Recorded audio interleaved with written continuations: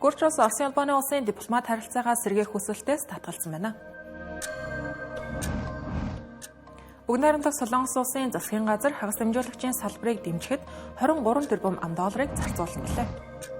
Америк нэгдсэн улсын холбооны худалдааны комисс Meta компаниг монополийн эсрэг хуулийг зөрчсөн эсхийг шалгаж байна. Blue Origin компани дан эмэгтэйчүүдээс бүрдсэн анхны сансрын нисэлгийг амжилттай ийлээ.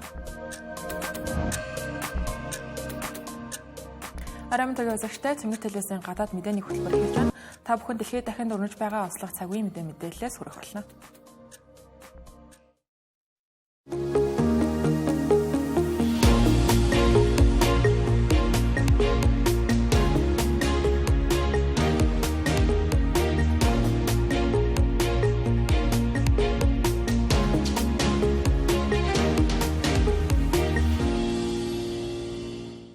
Оросын улбаны улсаас Гурч улсын эрх баригчдад хоёр улсын дипломат харилцааг сэргээх хүсэлтэй байгаа гэдгийг илэрхийлсэн хэдий ч Гурч улсын талаас татгалзсан байна. Зэн талаар албаныхан коммерсант сонинд мэдээлж, Орос улс Абхаз болон Өмнөд Осетиг буцаан өгөхөөс нааш ямар ч харилцаа сэргэх боломжгүй гэжээ. Оросын улбаны улс нь 2008 оны Орос Гүржийн дайны дараа тус салан тусгаарлагч бүс нутгуудыг бие даасан улсаа гэж хүлээн зөвшөөрсөн цөөн хэдэн улсуудын нэг болж байсан байна. Намун дохон үеэс хойш Оросын улбаны улсаас уг бүс нутгуудад цэргийн, улс төрийн, эдийн засгийн дэмжлэг үзүүлсээр ирсэн байдаг. Гэвч Абхаз болон Өмнөд Осет нь Гүржийн олон улсын хэмжээнд хүлээн зөвшөөрөгдсөн нутаг дэвсгэрийн 20 орчим хувийг бүрдүүлдэг байна. Тиймдээч Гүрж улсын үе үеийн засгийн газар нам харалцахгүйгээр эрх баригчид тэр сөрөг хүчнийхэж тэр Абхаз болон Өмнөд Осетыг салан тусгаарлахыг хүлээн зөвшөөрдөг. Тэднийг Гүржийн бүрэн эрхт нутаг дэвсгэр хэмээн үздэг байр суурьндаа нэгддэг байна. Харин өнгөрсөн нэм гарагт Оросын улбаны улсын гадаад хэргийн орлогч сайд Михаил Галузин Оросын улбаны улс Гүрж улстай харилцаа холбоогоо сэргээхэд бэлэн байгааг илэрхийлсэн. Гэхдээ энэ далимда Гүрж улсын эрх баригчдад Абхаз болон Өмнөд Осетиг өөрсдийн газар нутгаа гэж үзэхээ болох ёстой гэсэн шаардлагыг тавьсан хിവэрэ байгаа гэдгийг тодтогсон юм. Үүний дараа даваа гарагт Кремлийн хэвлэлийн төлөөлөгч Дмитрий Песков Галузины мэдээллийг баттгаж Орос улс харилцаагаа сэргээхэд бэлэн байгаа гэсэн. Харин Гүржийн парламентын дарга Шалва Папуашвили Оросын улбаны улс Гүржийн газар нутгийг эзэслэн дипломат харилцааг сэргээхэд тулгарч байгаа хамгийн том саадаа гэж үзэж байгаа гэдэг коммерсант сонинд мэдээлсэн байлаа. Үүнийг нь сөрөг хүчнийхэн эрх баригчид ард иргэдийн эсэргүүцлээс имээсэндээ Оросын улбаны улстай дипломат харилцаагаа сэргээхээс цааргалж байгаа хэрэгэ гэж нөхцөл байдлыг дүгнсэн байна. 2008 оны 8 дугаар сард Оросын улбаны улс Гүрж улсын дипломат харилцаа тасарсан гэж үздэг. Тухайн үед Гүрж Өмнөд Осетийн эсрэг зэвсэг ажиллагаа явуулснаар Орос улс иргэдээ хамгаалахын тулд цэргүүдээ оруулж байсан юм. Улмаар 2008 оны 8 дугаар сарын 26-ны өдөр Москва Абхаз болон Өмнөд Осетиг тусгаар тогтносон улсуудаа гэж хүлээн зөвшөөрч дараа нь цэргийн бааз байгуулсан нь тус бүс нутагт доктортой байдлыг хангах алхам болсон гэж Оросын талаас бол үздэг. Үүнээс хойш Гүрж болон Оросын улбаны улсын харилцаа холбоо илтэд холдсон байдаг. Харин сүүлийн үед Гүржийн эрх баригч Гүржийн мөрөөдөл нам Оросын улбаны улсад ээлтэй бодлого баримталж магадгүй гэх таамаглал улс төр шинжээчдийн дунд тархсан байна. Энэ нь Гүржийн мөрөөдөл нам гадаадын агентийн тухай гэх нэртэй тун маргаантай хуулийг Оросын улбаны улсын ижил нэртэй хуулиас санаа аван баталснаас эхэлтэй гэж хэлж болно. Уг хууль батлагдсны дараа Гүржийн мөрөөдөл намынхан Гүрж улсыг Европын холбоонд эсвүүлэх ажлыг хойшлуулж байгаа гэдгийг зарласнаар нөхцөл байдал бүрч ихээр хурцтаж Гүрж улс даяар олон сар дамсан бослого үүмэн эмх замраагүй байдал үүссэн байдаг. Улмаар Европын холбоо Гүржийг эсвүүлэх үйл явцаа төр зогсоож Америк нэгдсэн улсын зүгээс Гүржийн албан тушаалтнуудад хориг тавихад хүртэл хүрсэн. Зарим шинжээчид Оросын улбаноос болон хуучин Зөвлөлт холбоот улсын бүрэлдэхүүнд байлсан улс орнуудын хоорондох харилцаа холбоо иймдээ хүртэл хурцдсан байгааг Америк болон Оросын хоорондох геополитикийн өрсөлдөөнтэй холбоонд тайлбарлах нь бий. Уг хоёр их гүрний ашиг сонирхол зүүн Европ болон Хар тэнгисийн бүсийн орнуудад тэр дундаа Гүржээс эхлээд Румын, Молдов зэрэг улсуудад томоохон нөлөө үзүүлдэг байгаа юм. Уг гурван улсын Зөвлөлт холбоот улсыг задарсны дараа тусгаар тогтнож гадаад бодлогоо тус тусын замаар явуулж эхэлсэн. Гэсэн ч Оросын улбаны улс бүс нутгийнхаа нөлөөг хадгалахыг зорьсоор байгаа нь эдгээр улсын дотоод болон гадаад бодлогод их бага хэмжээгээр нөлөөтэй байдаг. Нөгөө тал газар зүүн байршлаасаа шалтгаалan эдгээр орнууд нь НАТОд чухал үүрэгтэй гэдэг нь бол мэдээж. Өнгөрсөн жил буюу 2024 оны Румын, Гүрж, Молдовын ерөнхийлөгч болон парламентын сонгуулийн үеэр олон нийтийг хамарсан жагсаалт цуглаан зэрэг нь эдгээр гурван улсын Оросын улбаны улстай харилцах хандлагыг илэрхийлэх чухал шалгуур болсон гэдэг. Өмнө улсын хувьд Европын холбоо НАТОгийн гишүүн орны хувьд Орос улбаны улсын эсрэг байр суурьтай хിവэрэ байгаа бол Молдов улс ерөнхийлөгч Май Сандуугийн удирдлагадор Орос улбаны улстай таагүй харилцаатай хിവэрэ байна. Гүрч улсын тухайд олон нийтийн санал асуулгуудаар гүржийн иргэдийн олонх нь барууны чиг баримжаатай гадаад бодлогыг дэмждэг байгаа юм. Гэхдээ эдийн засгийн хувьд гүрч Оросын худалдаанаас хамааралтай хിവэрэ байгаа тул Оросын хориг арга хэмжээний эдийн засагт нь ноцтой нөлөө үзүүлж болзошгүй. Тиймдээ ч одоогийн байдлаар гүрч Орос улбаноос болон барууны хооронд тэнцвэр барих бодлогоо хадгалсаар байгаа. Гэсэн ч энэ байр суурь урт хугацаанд хэр доктортой байж чадах нь эргэлзээтэй байгаамаа. Өнөөдөр бүгд найрамдах Солонгос улсын засгийн газар хагас дамжуулагч үйлдвэрлэлийн салбартаа зориулан 33 их найд воны буюу 23 тэрбум $, багц дэмжлэг үзүүлэхээ зарлалаа. Энэ нь Америк нэгдсэн улсын шинэ тарифын бодлогын улмаас олон улсын зах зээл докторгүй болж, энэ нь өөрөө дотоодын компаниудад дарамт учруулж болцсошгүй гэж үзсний улмаас гарч байгаа шийдвэр гэлээ. Бүгд найрамдах Солонгос улсын сангийн яамны мэдээлэлд энэ удаагийн 33 их найд воны дэмжлэг нь өнгөрсөн жилийн 26 их найд воноос бараг 25% өссөн үзүүлэлт болж байна. Багц төслийн хүрээнд засгийн газар хагас дамжуулагч үйлдвэрлэлийн бүсүүд рүү чиглэсэн газар доорх цахилгаан дамжуулах шугамын бүтээн байгуулалтыг татаасжуулах, дэвшилтэд аж үйлдвэрийн бүсийн дэд бүтцийн зардалт төрөөс үзүүлэх дэмжлэгийн хувь хэмжээг 30%-аас 50% хүргэх юм байна. Мөн 2025-аас 2027 онд хагас дамжуулагчийн компаниудад зориулсан баг хүүтэй зээлийг 20 их найд воноор олгохоор болсон байгаа нь одоогийн 17 их найд воноос нэмэгдсэн дүн болж байна. Үүнээс гадна дотоодын магистр, докторийн оюутнуудад зориулсан сургалт, судалгааны хөтөлбөрүүд болон гадаадын мэргэжилтнүүдтэй хамтарсан олон улсын судалгааны төслүүдийг эхлүүлэхээр болжээ. Уг мэдээний дараа хөрөнгийн зах зээлийн голлох индексүүд салбарын төлөөлөгч компаниудын хувьцаа өсөж эхэлсэн байна. Тухайлбал өнөөдөр Солонгосын Kospi индекс 0.68% өссөн бол Samsung Electronics компанийн 107%, SK Hynix 0.17% тус өсжээ. Бүгд найрамдах Солонгос улс нь Samsung Electronics, SK Hynix зэрэг томоохон хагас дамжуулагч үйлдвэрлэгч нартай олон улсын хагас дамжуулагчийн салбарт хүчтэй тоглогч нарын нэгт яахаар тооцогдно. Тэр ч утгаараа хагас дамжуулагч нь бүгд найрамдах Солонгос улсын хамгийн чухал экспортын бүтээгдэхүүн болдог байна. Тухайлбал 2024 онд бүгд найрамдах Солонгос улсын хагас дамжуулагчийн экспорт 141.9 тэрбум $-д хүрсэн байгаа нь улсын нийт 683.6 тэрбум $-ын экспортын 20%-аас илүү хувийг эзэлж байгаа юм. Харин Америк нэгдсэн улс нь бүгд найрамдах Солонгос улсын 2 дахь том экспортын зах зээлд тооцогдно. 2024 онд Америк нэгдсэн улс руу гаргасан экспорт өмнөх оноос 10.5% өсөж 127.8 тэрбум $-д хүрсэн байна. Энэ нь 7 дахь жилдээ дараалан дээд амжилтаа шинжилэн тогтоосон хэрэг юм. Гэвч Дональд Трампын санаачилж байгаа тарифын чангатуу бодлогын улмаас бүгд найрамдах Солонгос улсын экспорт буурах өндөр магадлалтай байна. Бүгд найрамдах Солонгос улсын эрх баригчдчдэр энэ асуудалд онцгой анхаарч Америк нэгдсэн улстай яриа хэлэлцээ хийхээр бэлтгэж байгаа талаар энэ хоо агентлагт албаны их сурвалжууд мэдээлжээ.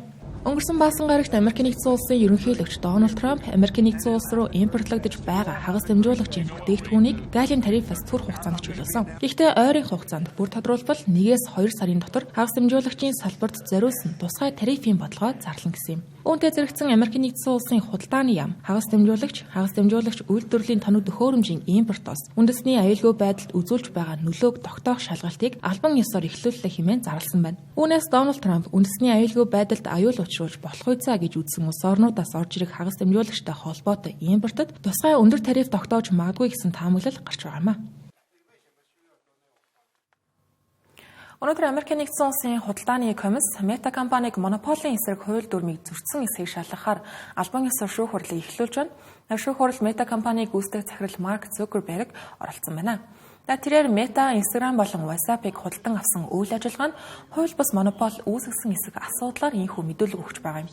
Холбооны худалдааны комиссийн зүгээс Meta-г олон жилийн турш зах зээлдэх хүчтэй өрсөлдөгч нараа дарахын тулд 2012 онд $1 тэрбум Instagram-ыг, 2014 онд $22 тэрбум WhatsApp-ыг худалдан авсан гэж буруутгаж байна. Хэрвээ Meta гин буруутай нь батлагдах юм бол Instagram болон WhatsApp Meta-г орхих шаардлагатай болж магадгүй гэсэн. Шүүх хурал дээр прокурор Марк Зукербергийн 2012 онд ажилчдаа илгээсэн зурвасыг нотлох баримт болгон ашигласан байна.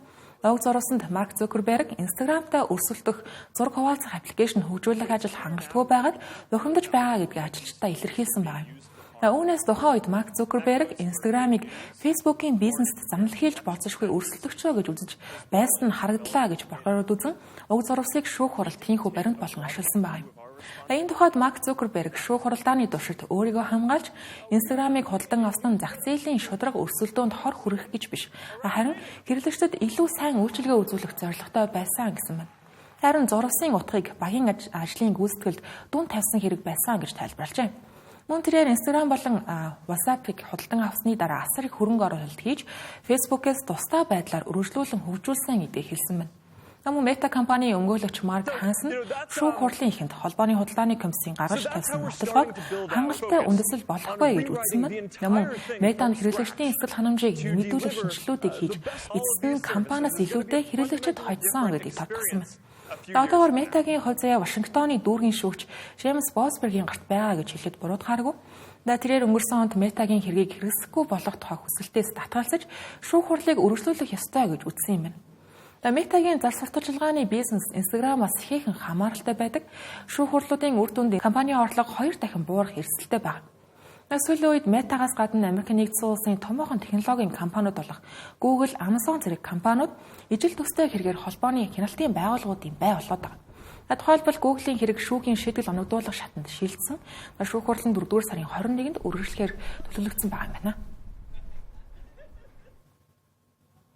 Өнөөдөр Америк нэгдсэн улсын технологийн салбарын гол төлөөлөгч нарын нэг болох Jeff Bezos-ын үүсгэн байгуулсан хувийн сансрын компани Blue Origin 6 алартан эмэгтэйг сансарт хөөргсөн байна.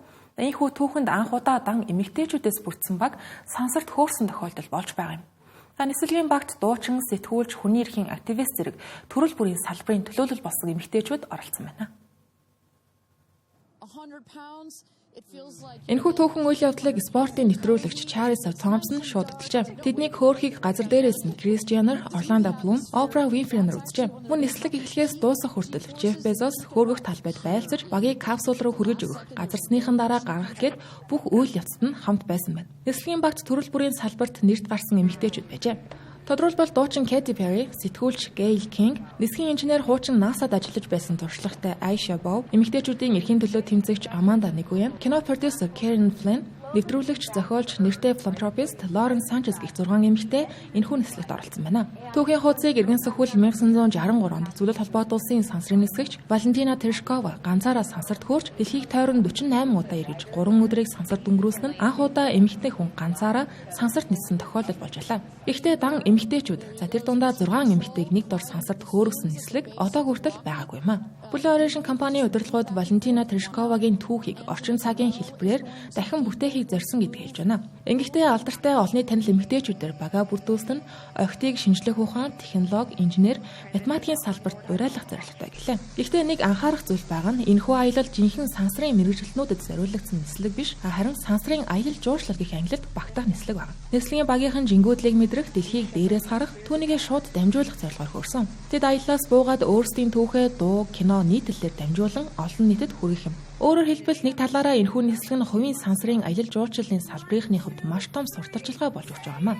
Нөгөө талдаа энэхүү аялал нь яах аргагүй эмэгтэйчүүд ч гэсэн сансарт нисэж болохыг, энэ салбарт үүрэг оролцоотой байж болохыг харуулсан нөлөөллийн ажил байсан гэсэн үг. Дэлхийд дахинд сансрын салбарт эмэгтэйчүүдийн оролцоо тун бага байдаг. Sally Ride-ийн 1983 оны түүхэн нислэгээс хойш дэлхийд дахинд ердөө 100 гаруй эмэгтэй сансарт хүрч байжээ. Мөн эргэн сануулахад 2019 онд NASA сансрын хувцснууд эмэгтэйчүүдэд таарахгүй байсан гэх шалтгаанаар эмэгтэйчүүдийн сансрын алхалтыг цуцалж байсан ч удаа бий. Харин Blue Origin иймэрхүү парадигм тогтсон хэм маягийг өөрчлөхийг зорьсон сансар судлалын салбарт нөлөө бүхий түүхэнд бичигдэх үйл явдал болон үлдэж байгаа юм. Одоогийн байдлаар хувийн сансар судлал, аялал жуулчлалын салбарт Blue Origin-аас гадна Virgin Galactic, Space Adventures, SpaceX зэрэг компаниудыг дурдж байна. Энэ салбарын гол тоглогч нарын үндсэн зорилгоудын нэг нь яах аргагүй зөвхөн сансрын нисгэгчид бус энгийн хүмүүс хүртэл сансарт хөөрөх боломжтойг харуулах явдал юм.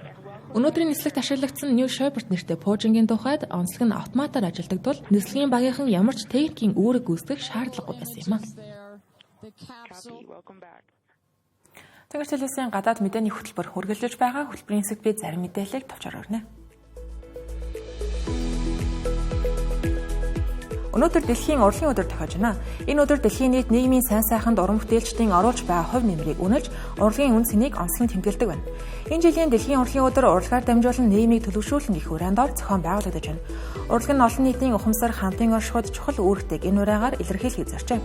Анх дэлхийн урлагийн өдрийг 2012 оны 4-р сарын 15-нд Мексик улсад болсон олон улсын урлагийн холбооны хурлаар санаачилж байжээ.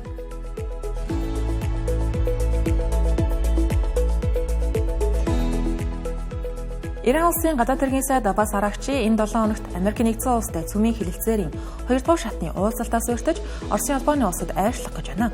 Тэрээр өнгөрсөн бяам гарагт Оман улсын Москва хотод Америк нэгдсэн улсын тусгай айлч Стив Виткофтой уулзсан юм а. Ираны талаас энэхүү уулзалтыг зөвхөн цаашдын яриа хэлэлцээний нөхцөлийг тодорхойлох зорилготой байсан гэжээ. Иран улсын гадаад хэргийн яамны төлөөлөгчийн хэлснээр Арагчи Москвагийн айлчлалын үеэр Москватын яриа хэлэлцээний талаарх сүүлийн үеийн мэдээллийг Оросын холбооны улсын талтай хэлэлцсэн гэлээ. Оросын холбооны улс нь Ираны эхийн зориулалттай цөмийн хөтөлбөрийг дэмжсээр ирсэн улс гэдгээс гадна 2015 оны Ираны цөмийн хэлэлцээрийн оролцогч улс юм а.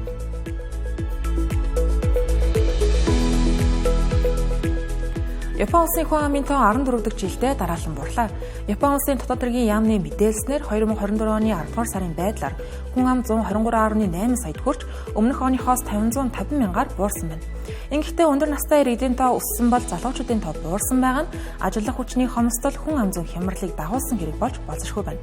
Тодорхойлбол 15-аас доош насныхан жилийн өмнөхөөс 343 мянгаар буурч нийт хүн амын 11.2%-ийг эзэлж байгаа нь түүхэн доод үзүүлэлтэнд тооцогдож байгаа бол 65-аас дээш насныхан жилийн өмнөхөөс 17 мянгаар нэмэгдсэн байна.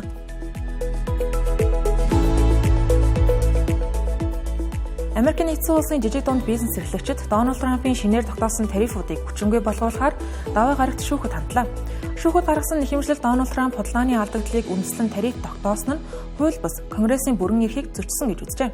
Америк нэгдсэн улсын хуулинд ерөнхийлөгчийн ашигласан олон улсын онц байдал эдийн засгийн арга хэмжээ авах тухай хуулиар бүх нийтийг хамарсан тариф тогтоох эрх олгогддог байна. Мөн Америк нэгдсэн улс худалдааны алдагдaltaгүй орнуудад тариф оноосон байгаа нь Дональд Трампын тариф тогтоох үндэслэлийг өгөөсгөж байна гэж үзэхэд хүрсэн байна.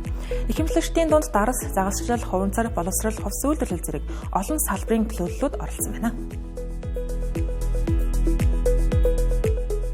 Тэгэхээр цаашаасын гадаад мэдээний хөтөлбөр та бүхэнд хүрэлээ. Анхаарлаа хандуулсан бол баярлалаа.